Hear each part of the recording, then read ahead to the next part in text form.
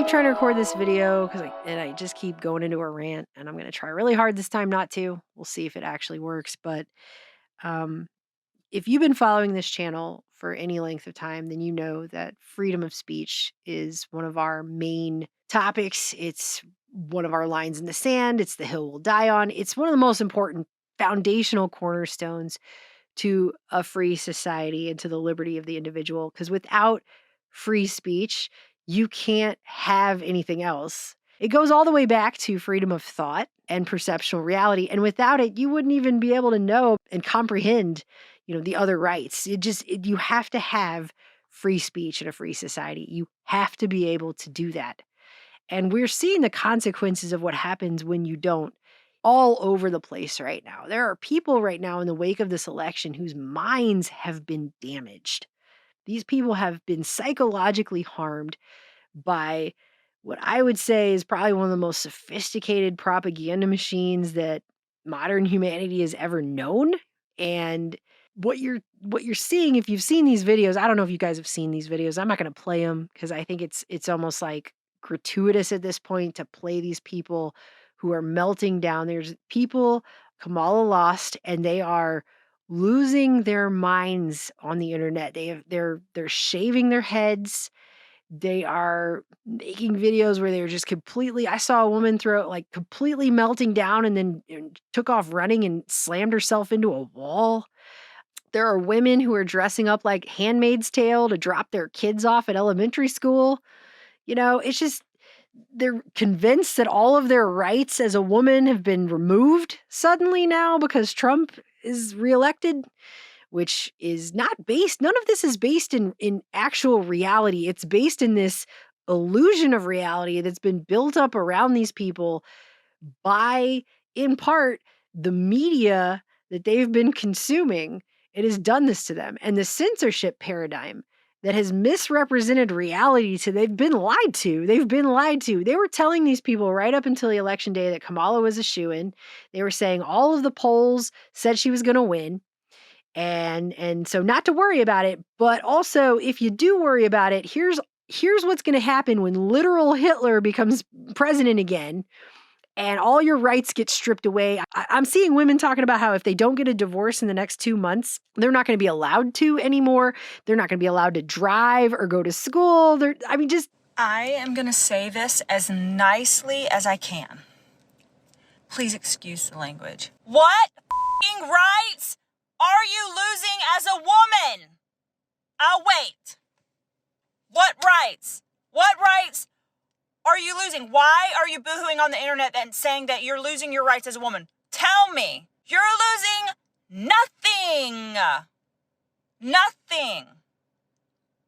Can you work? Yes. Can you still make money? Yes. Can you get married? Yes. Can you get divorced? Yes. Can you have children? Yes. Can you have 1 child? Yes. Can you have 5 child? Yes. 5 children? Yes. Can you have 5 boyfriends? Yes. Can you run for office? Yes. Can you own a business? Yes. Can you be CEA, CEO, CFO, all the things? Yes.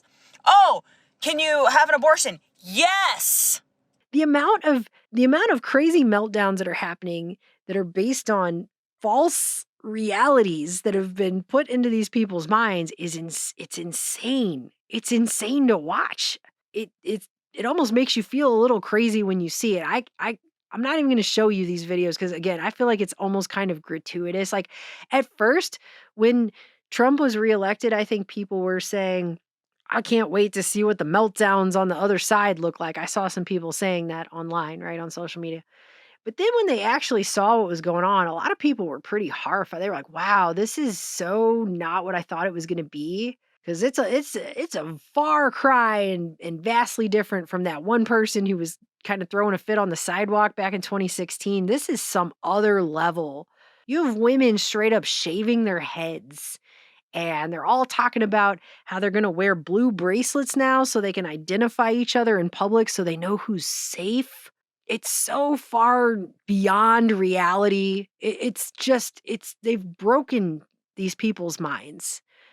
With that, though, you have people in the media on that side of the fence over there who are tripling down on this censorship paradigm. Like they're not even going to acknowledge what they've done to people. I think in a normal country, we would say, hold on a second, maybe we need to have a different set of regulations for social media platforms now they're this big. Help if we could regulate social media, because one of the biggest offenders is D.C. and Congress have not been able to do one thing in regard to the rogue corporations of social media. It's not going to get any better with Elon Musk. If the platforms, whether it's Facebook or Twitter X or Instagram or TikTok, whatever they are, if they don't moderate and monitor the content, we lose total control. And it's not just the social and psychological effects, it's real harm. We lose total control.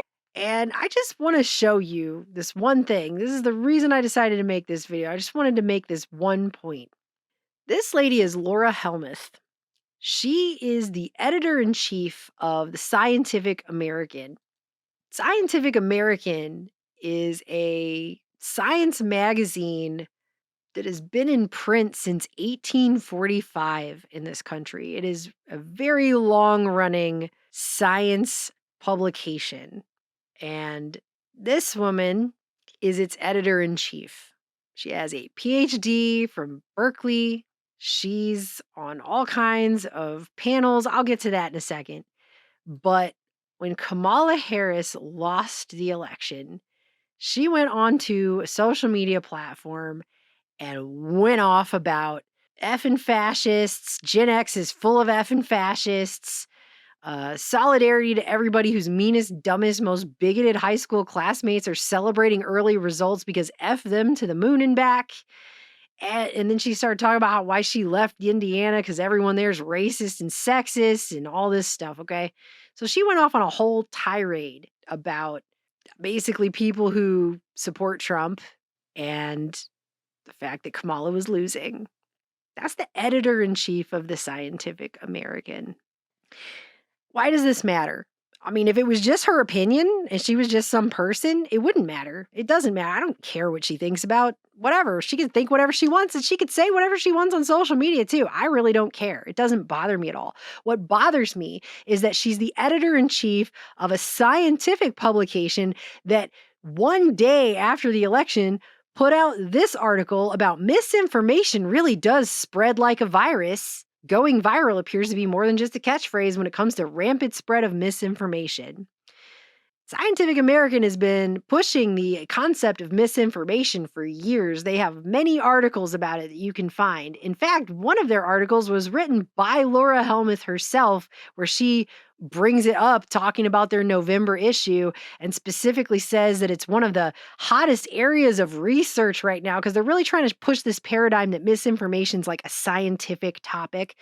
And says, unfortunately, because there's just so much to study with the pandemic, the election, trolls who weaponize confusion, and the massive influence of social media platforms, conspiracy theories and quackery are spreading more quickly and widely than ever. We hope that the understanding of science of misinformation will help us all tell sense from nonsense and find the best ways to resist and debunk dangerous myths. Really? Dangerous myths, Laura Helmuth? Like possibly that Gen X is full of effing fascists? Like that kind of dangerous myth? What are you spreading conspiracy theories and quackery? You know, this is my problem, okay? This right here is my problem. This woman and people like her who are trying to push the idea that there's a scientific paradigm of misinformation that warrants censorship when she is obviously one of the most biased freaking people that could ever walk Earth. And she just showed literally everybody how that works. She just showed everybody how non-partial she is, okay? She just showed everybody her personal opinions on things, but she's yet the editor-in-chief of a publication that is trying to push a scientific paradigm of, quote, misinformation, which is really just another word for censorship of ideas that go against what these people want to promote. Because you think that her opinions that she just shared with everyone have not really ever entered into the arena of what does and does not get published in their scientific publication under the banner of science? Because I'm sure that it has. Because now we're going to go look at her freaking Wikipedia. I'm sorry, this makes me angry. I just think it's such bullshit. I really, really do. This is what makes me sick about it, guys. Okay? This right here. So she's the editor-in-chief of Scientific American. She was formerly the health and science editor at the Washington Post. She's also served as the president of the National Association of Science Writers. See, I don't like how they're using that word like in this context, okay? She's a member of the National Academies of Sciences, Engineering, and Medicine Standing Committee on the Project for Advancing Science Communication Research and Practice. That's a thing, and she's a member of it. She's also giving lectures at the American Institute of Physics, the National Academy of Sciences, on how science journalists can counter misinformation and address uncertainty in their reporting. She's also been a president on the National Association of Science Writers and a board member for the Society for Science in the Public and the American Association for the Advancement of Science's Sideline Service, which connects scientists and journalists. And there's a whole thing here about her endorsement of Biden in the 2020, how the Scientific American endorsed Joe Biden. And it says the magazine needs, quote, to tell what we know about the consequences the Trump administration has had for science, health, the environment, for using evidence, for really understanding and accepting reality, end quote. And to show this time the choice is important for science. You keep using that word, but I don't think you know what it means. Science isn't this biased, okay? This is not science. This is people using the phrase misinformation and disinformation as a way to weaponize the shutting down of people's alternate voices. I don't trust somebody who's saying my generation is all full of effing fascists to be telling me what is and is not impartially true about misinformation, okay? I don't. And I don't know why anyone else should. I think that's really, really, really screwed up. And she came out later and she gave one of those like, I'm so sorry, it was just the election, I didn't mean it kind of posts, which is really, why would anyone believe no one ever believes those. No, what you meant was what you said to begin with. Now you're just upset everyone saw it, you know? And you don't even have the spine to own it. Now you're going to pretend like you didn't really mean that. And we're all supposed to go back to believing your scientific paradigm of misinformation after you just showed everybody how you really feel and think about things. But I'm sure you're real impartial, right? You're real impartial when it comes to misinformation in your science magazine. Literally the day after the election, they're talking about misinformation spreading like a virus. You see what I'm saying? Why would anyone trust you as a communicator of anything? Especially something like science, which is not supposed to be biased. It's not supposed to lean to one side. This is why people don't trust science, actually. This is why people feel like science has been captured and is no longer what it used to be. So when you're pushing information and you're claiming it's under a banner of science, but this is how you actually are, you know? I mean, I would still be saying this if her opinion was on the other side of the carpet. It's the same thing. It would be the same thing.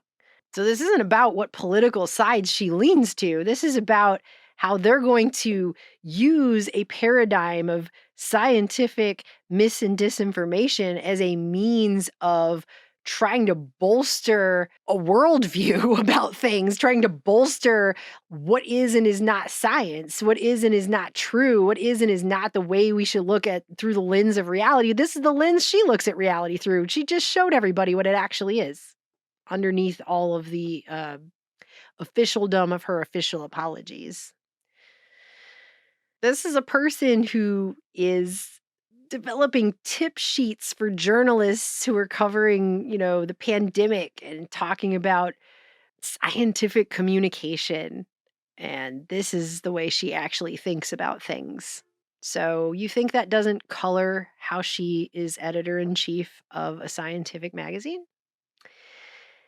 I just can't anymore with this censorship paradigm that has happened. It gutted us. It totally destroyed our channel for years. It completely wiped out everything that we were doing after we put out Minds of Men. It completely killed our channel for a very long time. We have been financially damaged by this. And we backed up everything we said with sources. Our freaking documentary has 140 sources cited in it. It's basically a PhD level dissertation research project that's put to video. We put everything out there. Everyone can go double check everything we said for themselves. And we were harmed by this, and a lot of other people were too. And it's just because we aren't on the side that was in control of saying what misinformation is or is not. Of course, I wouldn't want to ever do that because I don't think that's the answer. I think censorship is never the answer. It's historically never been the right answer. Everyone who's ever been in favor of censorship has been on the wrong side of history for the entire known human history. And it will continue to be that way. It always will, because it's mind control. At the end of the day, censorship is mind control. It's the control of the way that you can communicate and view the world. It controls the way that you perceive reality. It is control. That is what it is. There's no good reason for it ever. The answer to bad information is more information. It always has been. The only way you can teach people how to spot bad information and to think critically about information is to give them access to all information. That is how people learn critical thinking skills and discernment. You have to give them access to everything so they can actually learn how to make good choices for themselves. That is the only way. You cannot protect people from information and thus teach them about the information. That is not how it works. That's not how it will ever work. Because they can't learn how to use their own brain that way. You're actually coddling people and keeping them infantilized and keeping them from being able to use their brain by not giving them access to everything so they can learn to make those choices for themselves. Because then they're making an actual legitimate choice. By coddling people and not giving them the information, you're actually not allowing them to make any decisions for themselves. They're not learning how to use their own mind in relationship to information. They're not learning actual critical thinking skills. I don't understand why people don't understand. It's very simple. This is very simple. And we've known this all the way up until now, when this is being enforced as if it's helping people when it's actually harming people. It's actually keeping people from being able to use their own minds better, from using their own brain better. It's actually keeping people from being able to develop critical thinking skills. It's actually keeping people locked in a control system where they will be dependent upon arbiters of truth, such as this woman who's going to tell them what information is true or not when she obviously has this going on in her own mind. You see the problem? There are no arbiters of truth. There's the search and pursuit of truth, which is, I think, a noble one. Obviously, nobody can pretend like they're the arbiter of something. And that's only if we actually took all of this at face value, which you can't do. You just simply cannot do. I'm sorry. Does that person seem like she has the best interests of everybody equally in mind? No. Okay, no, she doesn't. Telling everyone they're going to protect people from information is a way of controlling everybody and making them dependent on the system to do critical thinking for them. And thus, people will never develop critical thinking skills for themselves. This harms human consciousness on a mass scale. And I don't know why that has to continuously be repeated. It just seems so obvious, but I guess it isn't. I guess it's really not obvious to a lot of people. I guess it's obvious to me for some reason and us for some reason and not obvious to everyone else. I don't know. We're going to continue to have the kinds of problems we're having in this society indefinitely if people cannot be allowed to think for themselves and develop actual critical thinking skills for themselves. This is a real problem for humanity worldwide. I had a guy come in on my post and say science should be an ever-reaching search for the truth. It is not a fixed orthodoxy that is never to be challenged. Because if it was a fixed orthodoxy that couldn't be challenged, that would be more like religion. That is why people are saying it's not science anymore, it's scientism. Because it's becoming like a dogma, and that's not what it was ever supposed to be. We don't need a new priest class of experts, quote unquote, who are handing down to us the science that we're not allowed to question. That is humanity going backwards. That is not any kind of advancement for us. And this idea of being protected by people from the ability to use our own minds as adults. I'm going to go on all day.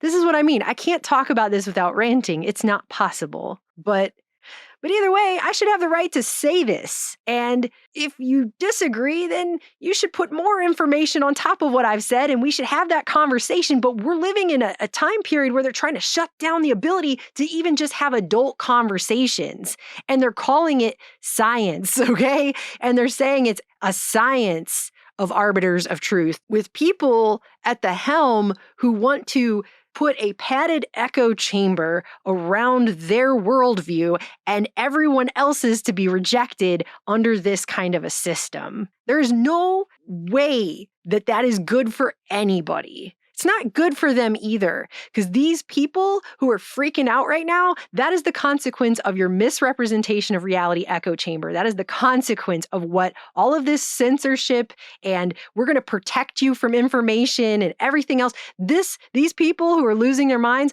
that's the consequence of that. You've infantilized these people, and now this is what is going on. They're actually having these breakdowns. And I think the people on the other side of the carpet of this are thinking, no, that can't really be how they're reacting, because they would never react that way. And so they're looking at it, go, no, that's not possible. No, you don't realize what these people have just been through on this side. I think this is real fear and panic that these people are actually having to face now in reality. And what you might think is just an overreaction or even just something they're doing for likes and clicks, I think is actually the real side effects of what this system has done to them for the last 4 years. And so society can't keep going on this way. Like, this is going to tear everybody apart. It's going to tear people down. It is destroying people's minds. The censorship control complex is harming people for real, and it is harming society for real. The only way we move forward is with freedom of speech. We have to have it. This country was founded upon it, and if we don't go back to that, the destruction of society is going to be total. It is going to be total. There are people now supposedly who are harming themselves in the wake of this. I mean, that is blood on somebody's hands, okay? And the people who are promoting institutional censorship should probably look in the mirror and think about that real hard, because you did not give these people the ability to use their own minds, and now their minds are actually damaged from it. You held them in some kind of information bubble. And yes, I do agree that people should have responsibility for themselves at some level, but we're also talking about a 20th century where psychology got weaponized hard. And that is why we made The Minds of Men. And everyone should have access to that information. They should. And that movie got censored too. I just felt the need to talk about this for a minute because I'm so beyond angry when I think about the last 4 years and how silenced everybody has been and how controlled information has been. It's so awful. Like, we've all just lived through some real hell in this way, you know? It's bad. It's been a very anti-American time, for sure. It's not in the spirit of liberty or the spirit of this country in any way, the things that have been going on. And I'm not getting my hopes up yet, but something needs to freaking change, because look at how absolutely damaged some people have been under this paradigm of censorship. It is horrible. It is really horrible to watch some of these videos that people are doing. And they feel like their whole world has now been shattered. And to them, it's real. Just because it isn't real to me and I could see through it doesn't mean I can't acknowledge their pain. These people are in fear and pain, and it's horrible.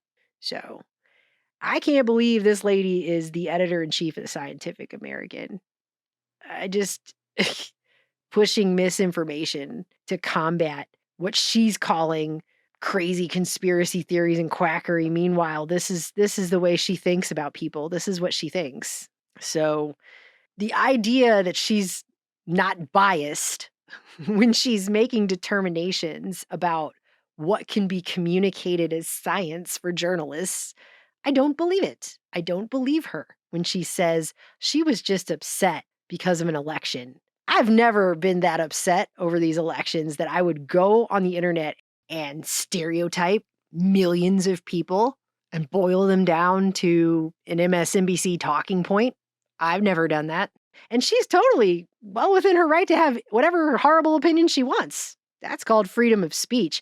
But don't turn around then and try to enforce a scientific paradigm of freaking misinformation on everyone else as if you have any right at all to sit on some pedestal and say that to anybody ever. Do not do that. Do not do that. That is ridiculous. It is ridiculous. Okay? And I kind of hope they lose subscribers over this. I hope they lose a bunch of people over this. Because this is not science. It's also not American. Okay? I need to change the name of their free. If they're going to keep her on as editor in chief, the Scientific American needs to change the name of their whole magazine. Just call it magazine. Because it's not science and it's not American. Because you know what's American? Freedom of freaking speech. Maybe go get yourself a Bill of Rights and freaking read it. So done. I really hope it changes. I really do. Because I love you guys, but we can't, not just us in America either, the whole world, we can't keep living this way. Like, it's not good for humanity. It's not good for our minds. It's not good for our souls. Something has to change. Because this is wrong. And it has been wrong for a long time.